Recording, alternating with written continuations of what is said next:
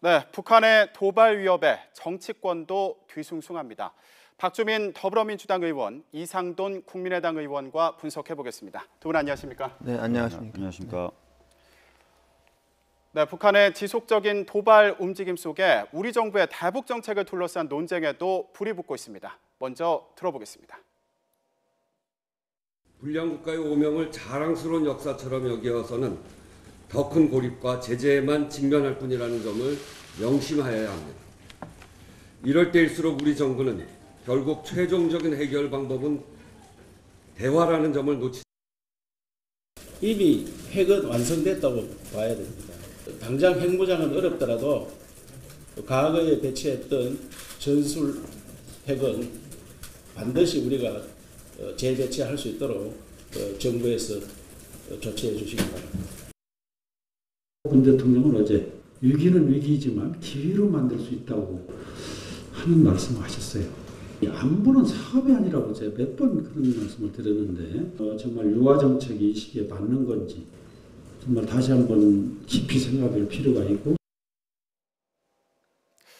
네, 북한 도발에 대한 여야 반응을 들어봤습니다. 박주민 의원님, 지금 여야 간의 공방 내용을 보면 핵심은 대화로 문제를 풀 수 있다. 그리고 유화 정책은 안 먹힌다. 이렇게 좀 정리를 해볼 수 있을까요? 네, 여전히 대화가 중요하다는 입장과 네. 대화보다는 좀 다른 식의 대응이 필요한 것 아니냐 이렇게 지금 갈려지고 있는 건 맞는 것 같습니다. 네. 그런데 민주당 내부에서는 사실 이런 북한의 도발이 북한 내부의 정권을 안정화하려는 거다 이런 얘기가 나왔었는데 사실 그 부분을 두고도 야권의 공세가 있었어요. 네.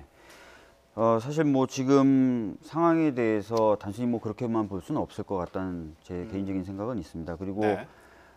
지금 이 상황에서 그렇다고 해서 긴장을 더하는 그런 방향으로 북한과의 관계를 풀어보겠다라는 것도 저는 또 적절하지 않다고 생각합니다.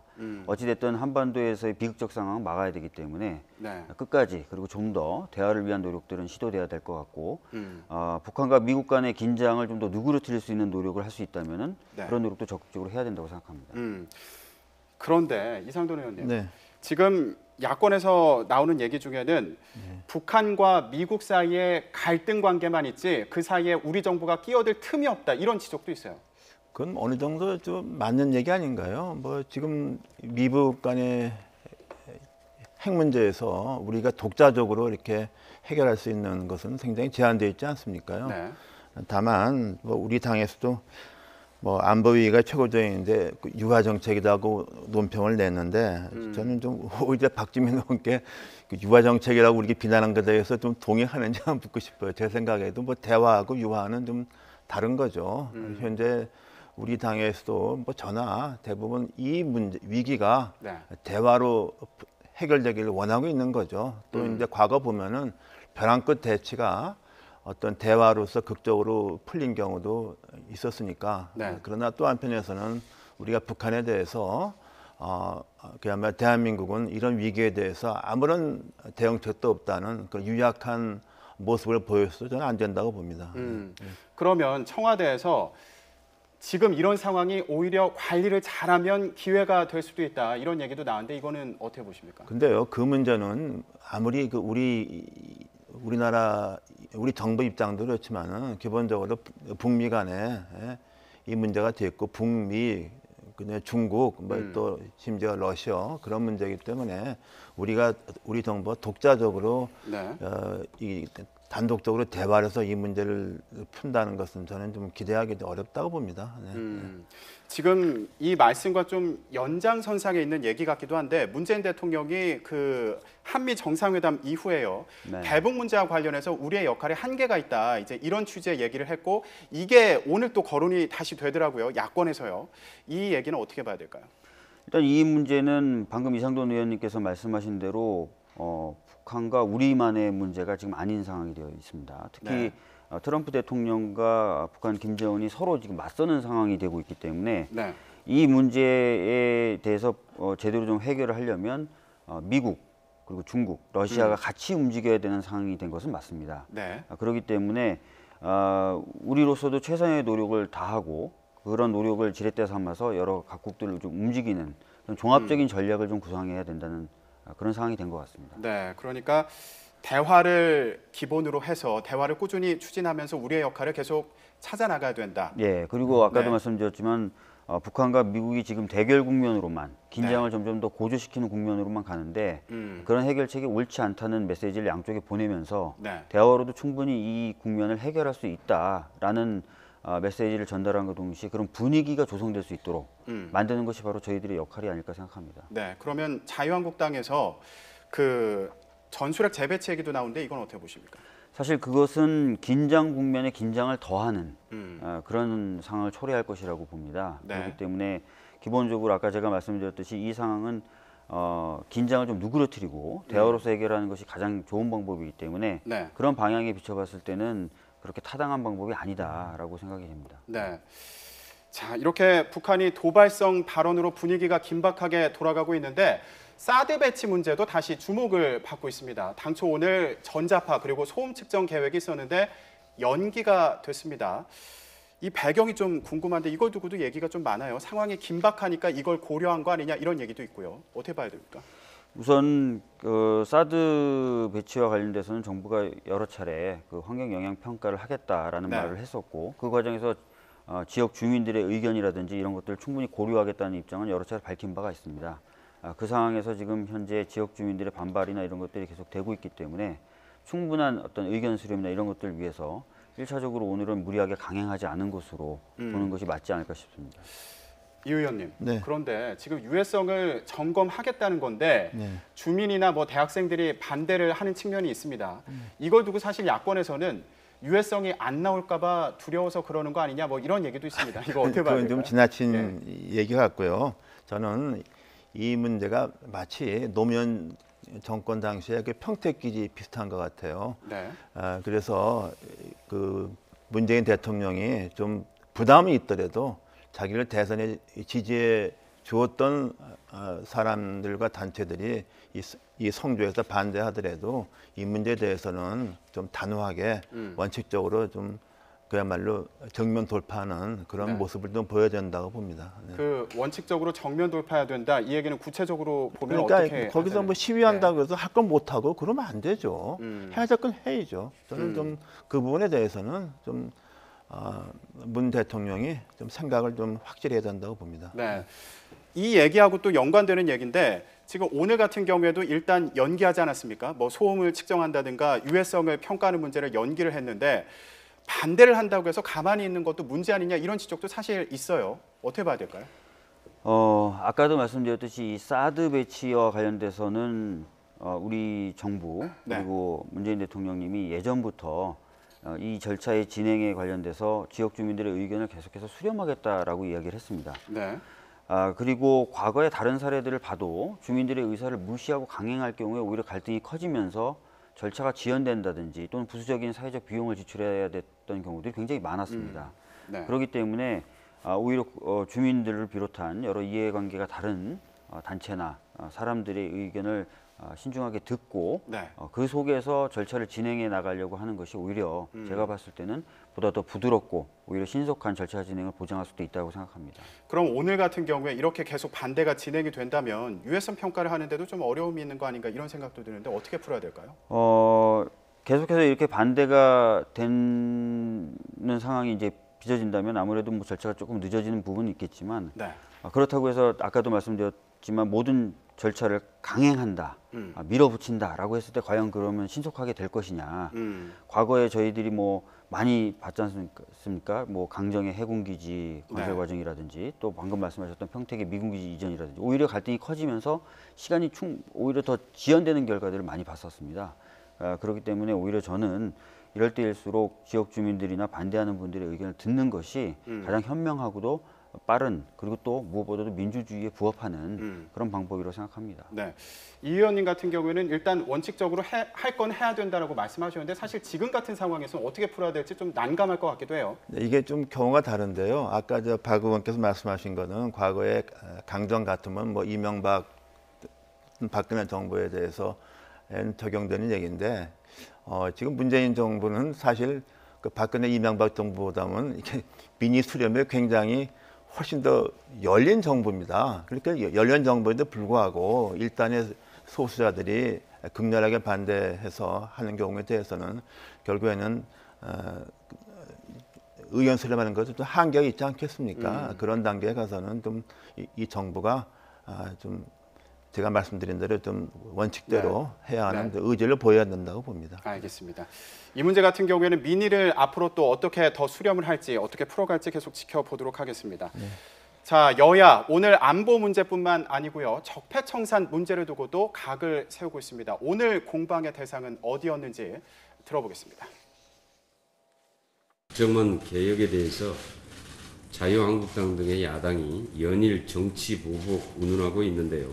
그동안 국정원이 선거 때면은 후보 검증도 해주고 댓글 부대 총동원해서 선거 운동까지 해주니까 지금도 아마 국정원을 자기 당의 산하 조직으로 착각하고 있는 듯합니다.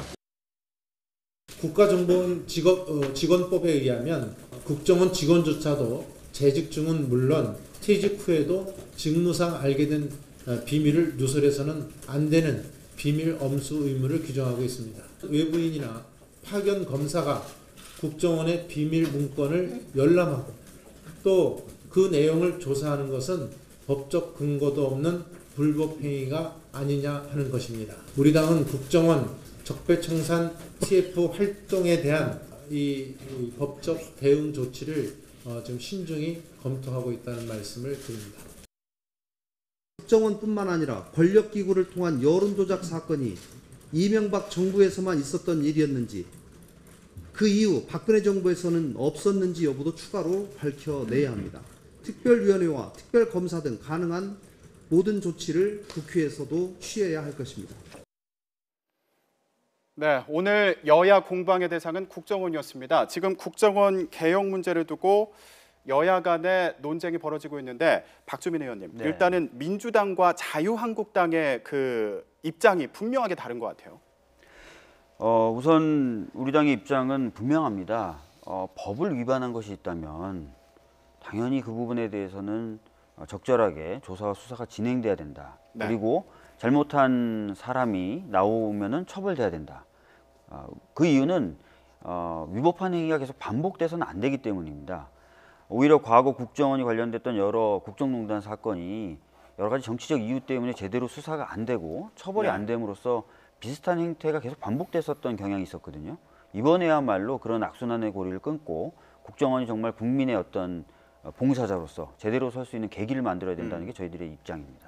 그러면 지금 자유한국당 입장을 저희가 오늘 현장에서 들을 수는 없습니다만 아까 녹취를 통해서 들은 입장을 보면 국정원의 업무 자체가 비밀인데 이걸 외부에서 조사한다는 것 자체가 말이 안 된다, 불법이다 이런 주장이거든요.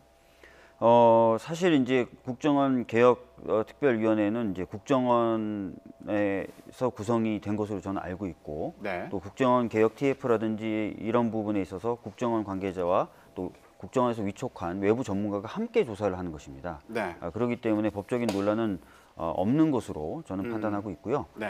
과정에서 발생할 수 있는 비밀 누설이라든지 이런 위험에 대해서 우려하시는 건데 그것은 이미 내부적으로 비밀 유지 의무라든지 이런 것을 통해서 충분히 커버할 수 있고 또 누설을 할 경우에 형사처벌 받는다는 건 다들 알고 있기 때문에요.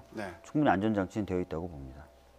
이상돈 의원님, 지금 야권의 반응들을 보면 조금씩 달라요. 그런데 국민의당 같은 경우에는 뭐 정의당과 같이 해서 입장이 좀 비슷하신 것 같아요. 네, 그렇죠. 그리고 제가 보더라도 지금 보수 야당이죠. 그래서 얘기하는 것은 좀 사리에 맞지 않습니다.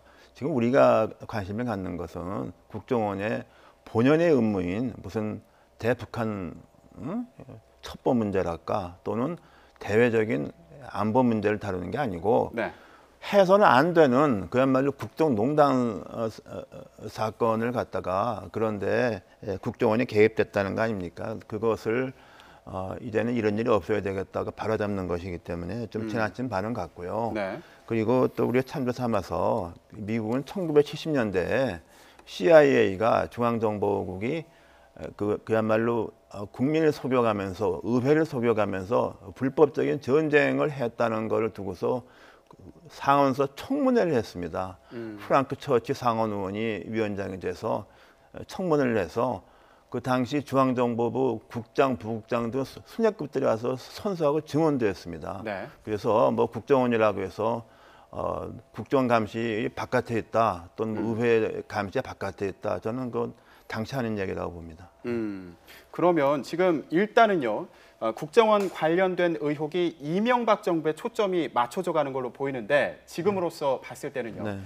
박근혜 정부 문제까지 다 들여다봐야 된다. 이게 국민의당에서 나온 얘기예요. 그것은 이제 조사하다 보면은 네. 그렇게 나올 수 있다. 난 충분히 이렇게 연결이 돼 있다는 것이 네. 이번 국정원 댓글 공작에서 또 드러나지 않았습니까? 그리고 네. 심지어 저도 또 국회 본회의 질의를 통해서 제가 증거는 없지만은 충분한 개연성에 대해서 그 당시 이른바 어버이 연합 같은 데에서 박근혜 정부 시절에 시위했던 것에 대해서 청와대와 또 어떤 뭐 그 배후가 있을 우려가 있다는 것 제가 뭐 심증은 확실히 있지만 증거가 없어 네. 그밖에 말을 못했죠. 그게 네. 지금 사실 그게 저는 진실이라고 봅니다. 그 부분도 이번에 좀 밝혀질 거라고 봅니다. 네. 지금 관련해서 오늘 보도 나온 내용 중에 네. 박근혜 전 대통령이 검찰 조사를 받는 과정에서 자신에게 보고되는 국정원 문건이 따로 있었다 이렇게 얘기를 했다는 보도가 있었거든요. 이런 것도 좀 중요하게 봐야 될 사안으로 보이는데요. 아마 박근혜 전 대통령의 그 말의 취지는 모든 불법적인 내용까지 내가 다 알고 있는 건 아니다. 라는 취지로 오히려 보여지거든요. 그래서 본인에게 쏟아지고 있는 여러 가지 의혹들에 대해서 부인하는 그런 네. 취지로 진술을 한 것으로 보여집니다. 왜냐하면 그 블랙리스트 작성이나 이런 것에 관련된 신문 과정에서 나왔던 진술이기 때문에요. 네네. 그렇지만 기본적으로 국가정보원은 다들 아시겠지만 대통령 직속기구입니다. 대통령에게만 보고하고 책임을 지면 되는 기구이고 그래서 조직 개편이나 이런 것들 모두 다 사실은 대통령에게 충실히 보고를 해야만 되는 그런 기구이죠. 그렇기 네. 때문에 그 운영이라든지 이런 부분에 있어서 박근혜 전 대통령이 몰랐을 것이다 라고 보기는 어렵다는 것이고요. 또 최근에 문제가 되고 있는 국정원 댓글 사건 역시 사실상 그 목적은 박근혜 전 대통령의 당선이었던 것입니다. 그렇기 때문에 박 전 대통령도 이 사실을 충분히 알았을 것이고 네. 오히려 이런 사실을 알고도 묵인하거나 덮었을 것이다 라고 보는 것이 합리적일 것이다 라고 생각하고 있습니다. 네, 알겠습니다. 오늘 말씀을 들어보면 일단 국정원 개혁 문제 관련해서는 두 분의 의견이 비슷하신 것 같은데요. 자, 그런데 지금 다른 사안을 두고서는 민주당과 국민의당의 의견이 분명하게 또 엇갈리는 부분이 있었습니다. 바로 건강보험 문제입니다. 어떤 얘기를 갖고 각을 세웠는지 들어보겠습니다. 1인당 연간 의료비 부담액이 평균 50만 4천 원에서 41만 6천 원으로 10만 원 가까이 줄어듭니다. 어르신들의 임플란트 비용은 한 개당 60만 원에서 36만 원으로 줄고 15세 이하 아동의 입원비 본인 부담률은 20%에서 5%로 내려갑니다. 구체적인 예를 하나 들면 중증 치매 환자가 160일간 입원 치료를 받았을 때 1,600만 원을 내야 했던 것이 150만 원으로 10분의 1로 낮아집니다. 재원 마련 방안이 빠진 건강보험 보장성 강화 대책이 5년 뒤에 건보료 폭탄이라고 하는 부메랑으로 돌아오지 않을까 걱정스럽습니다. 문재인 대통령이 선심과 이심은 다 쓰시고 부담은 국민이 지는 꼴이 되지 않을까 하는 우려를 합니다. 네, 저희가 건강보험 보장 확대 관련해서 얘기를 들어봤는데 박주민 의원님, 이게 그래서 구체적으로 어떤 혜택을 더 받을 수 있다는 거냐? 이거 여당에 좀 궁금해하시는 분들이 많을 것 같아요. 네, 뭐 방금 이제 김태년 정책위 의장이 잠깐 말한 데서도 언급이 됐었는데요. 예를 들어서 이제 중증 치매 환자의 경우에는 과거에 한 160일 정도 입원을 하면은 그 입원 치료비로 한 1,600만 원 정도가 소요됩니다. 그런데 이것을 한 150만 원 정도로 낮출 수 있도록 그 보장 비율을 급격히 높인 것이고요. 임플란트 같은 경우도 보통 치아 하나에 대략 60만 원 정도의 비용이 소요되는데요. 이번 조치로 36만 원 정도 부담하면은 임플란트를 할 수 있는 것이 됩니다. 그래서 나이 드신 분들이나 치아 같은 것에 문제가 있던 분들, 과거에는 제대로 보장을 못 받으셨던 분들이 큰 폭의 혜택을 볼 수 있게 되어 있습니다. 네. 이상돈 의원님, 근데 네. 야권에서는 지금 계속 나오는 얘기가 그래서 돈 문제는 어떻게 해결할 거냐 이거 같아요. 네, 물론 이렇게 되면은 아무래도 건보료를 오르든가 아니면 국가가 보조하게 되는데 저는 뭐 이것을 갖다가 뭐 건보료 폭탄이 나중에 온다 이렇게 하기 전에 우리 좀 건보료 대상이 되는 진료가 확장되면은 그것이 네. 또 남용될 수 있는 우려가 많습니다. 그 불필요하게 어르신한테 임플란트 갖다가 치과가 계속 권장하는 문제, 또 MRI 초음파하니까 쓸데없이 과잉 진료하는 경우, 그러니까 정부가 그 대책을 세워서 확실하게 과잉 진료를 막을 수 있는 안전장치를 해야만 그야말로 비용 증가도 막을 수 있고 필요한 사람이 꼭 필요한 사람에만 혜택이 갈 수 있다고 봅니다. 그것도 없이 닥치게 되면 온갖 MRI, 초음파, 임플란트로 이거 뭐 엉뚱한 일이 발생할 수 있어요. 저는 그래서 정부가 이렇게 당연히 이건 좋은데 그런 부분에 대해서 확실한 안전장치를 저는 취해야 된다고 봅니다. 이 부분은 좀 말씀을 해주셔야 될 것 같아요. 예, 안 그래도 그래서 정부는 이제 이후에 방금 말씀하셨던 그 누수 방지 대책이라든지 또는 전달 체계 부분에 대한 대책을 수립하기 위해서 별도의 회의를 가동하기로 했고요. 그것을 통해서 지금 말씀하셨던 오남용의 문제라든지 또는 의료기관이 또 전에 없었던 비급여 대상의 의료 진단 항목을 막 늘린다든지 하는 것들을 막으려는 생각을 가지고 있습니다. 그래서 그 부분에 대한 우려는 저희들도 충분히 인지하고 있다. 그래서 그 부분에 대한 대책을 마련하려고 한다라는 말씀을 다시 한번 드리도록 하겠습니다. 네, 알겠습니다.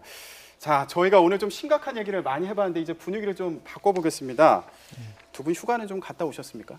저는 지난주에 잠깐 갔다 왔습니다. 네, 좋을 때 갔다 오셨네요. 네, 이상돈 의원님은 뭐 출장 간 거로 대체했습니다. 네.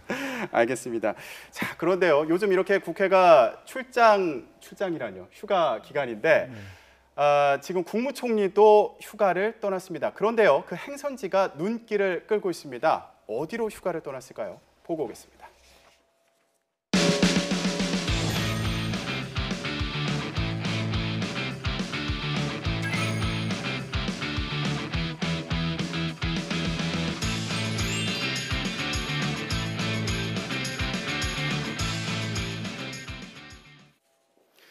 네, 호남 총리라고 부르죠. 이낙연 국무총리가 영남 지역으로 휴가를 떠났습니다. 좀 특별한 의미가 있다 이렇게 봐야 될 것 같은데요. 글쎄요. 뭐 아무래도 소통을 강조하시는 분이다 보니까 그 영남 쪽에 있는 많은 분들하고도 소통도 할 겸 휴가지를 일부러 영남으로 선택한 것 아닌가 이렇게 보여집니다.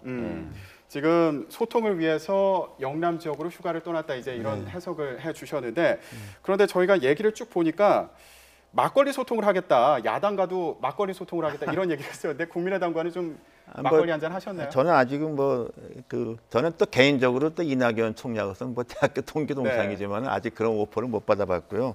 그리고 뭐 저렇게 이미지 또는 뭐 소통이 좋지만은 저는 총리가 됐으면은 총리로서 할 수 있는 저 권한을 좀 뭔가 좀 행사해서 해야 된다고 봅니다. 그래서 이회창 전 총재가 총리할 때 그 환경단체가 반대했던 일이 있었어요. 그 사업이 있었습니다. 북한상의 우기령 도로를 개통하는 문제에 대해서 얘기 다 들어보더니 이회창 총리가 자기 권한으로서 그거 이제 그만하면 좋겠다 해서 그걸 갖다 무산시킨 적이 있습니다. 그 정도로 이낙연 총리가 총리로서 할 수 있는 것에 대해서 좀 뭔가 좀 행동을 취해야 된다고 봅니다.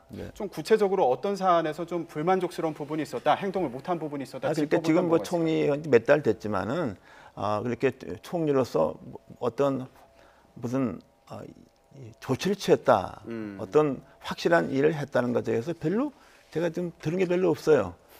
그래서 이렇게 가다가는 또 이제 또 잘못하면은 과거처럼 뭐 의전 총리 아니면 국회에서 그 답변 총리 뭐 이렇게 되지 않을까 걱정이 돼서 저는 뭐 이제 개인적으로 뭐 친구기도 하니까 이 총리가 좀 경우에 따라서는 그냥 확실하게 일 좀 하라 이렇게 좀 권하고 싶습니다.